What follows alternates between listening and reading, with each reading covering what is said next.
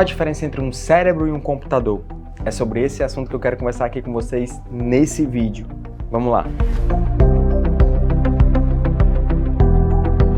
Um computador. Quando eu vou numa loja e compro uma máquina, eu tenho uma máquina na minha mão. A gente chama isso de hardware.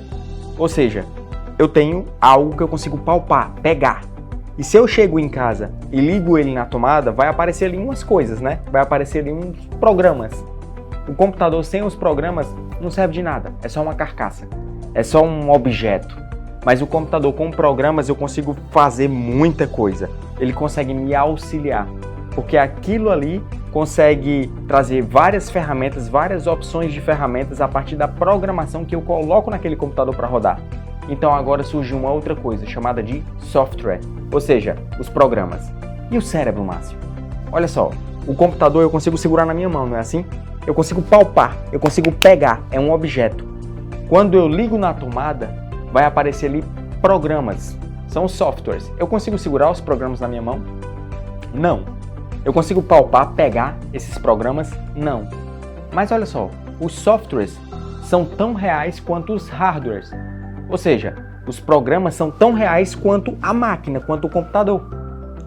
Os dois são importantes para o funcionamento. Agora vamos para o cérebro. O cérebro é um órgão e eu consigo palpar, pegar, segurar. Eu consigo colocar na minha mão. Inclusive, quando eu estava na faculdade de medicina, eu segurei um cérebro na minha mão. E quando eu segurei, eu fiquei pensando, nossa, aqui estava localizado os sonhos, os desejos, as aspirações de uma pessoa, de um ser humano. Então é uma massa gelatinosa que aquilo ali sem vida é simplesmente uma massa gelatinosa. Igual a um computador.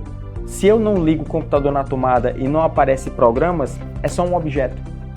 Agora, quando esse cérebro está ligado, aparece algo a mais, aparece o que a gente chama de mente. E a mente é como se fosse os programas. Então, do mesmo jeito que o computador, quando eu seguro ele é real, e do mesmo jeito que os programas, mesmo sem poder segurar na minha mão, é tão real quanto o computador, do mesmo jeito o cérebro é real e a mente é real. Os dois são reais. Um eu consigo palpar e segurar, o outro não. Um é matéria, o outro não. O outro está mais para um campo de energia. E olha que interessante.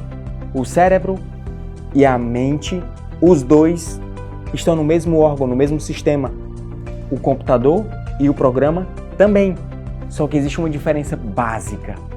É que, ao contrário do computador, no cérebro e mente, os dois se confundem.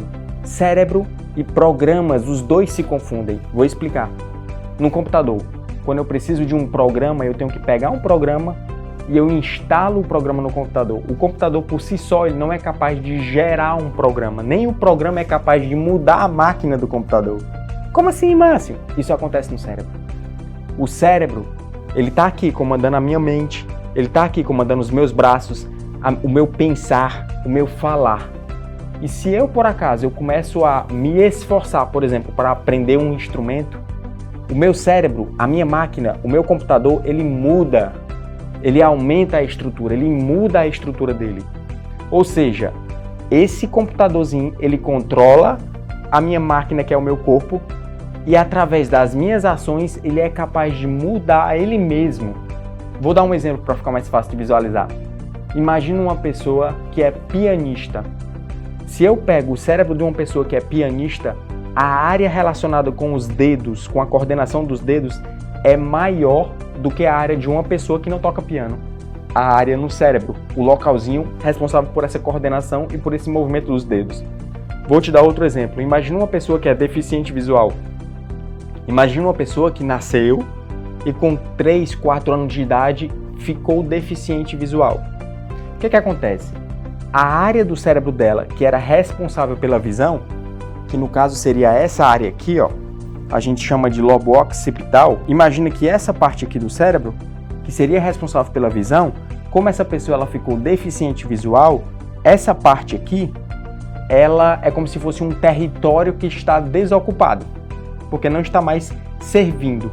Se essa pessoa ela começa a aprender braille, por exemplo, essa parte aqui ela passa a ser ocupada por a parte relacionada com a sensibilidade dos dedos. Ou seja, a máquina, a estrutura, ela mudou. A máquina mudou. É diferente de um computador, porque o programa do computador ele não é capaz de alterar a máquina. Já o meu cérebro é. O meu cérebro ele comanda os meus braços, comanda as minhas ações e a partir dessas ações ele muda, ele mesmo se reestrutura. O que é que eu quero te dizer com isso? Eu quero te dizer que o teu cérebro ele não é fixo.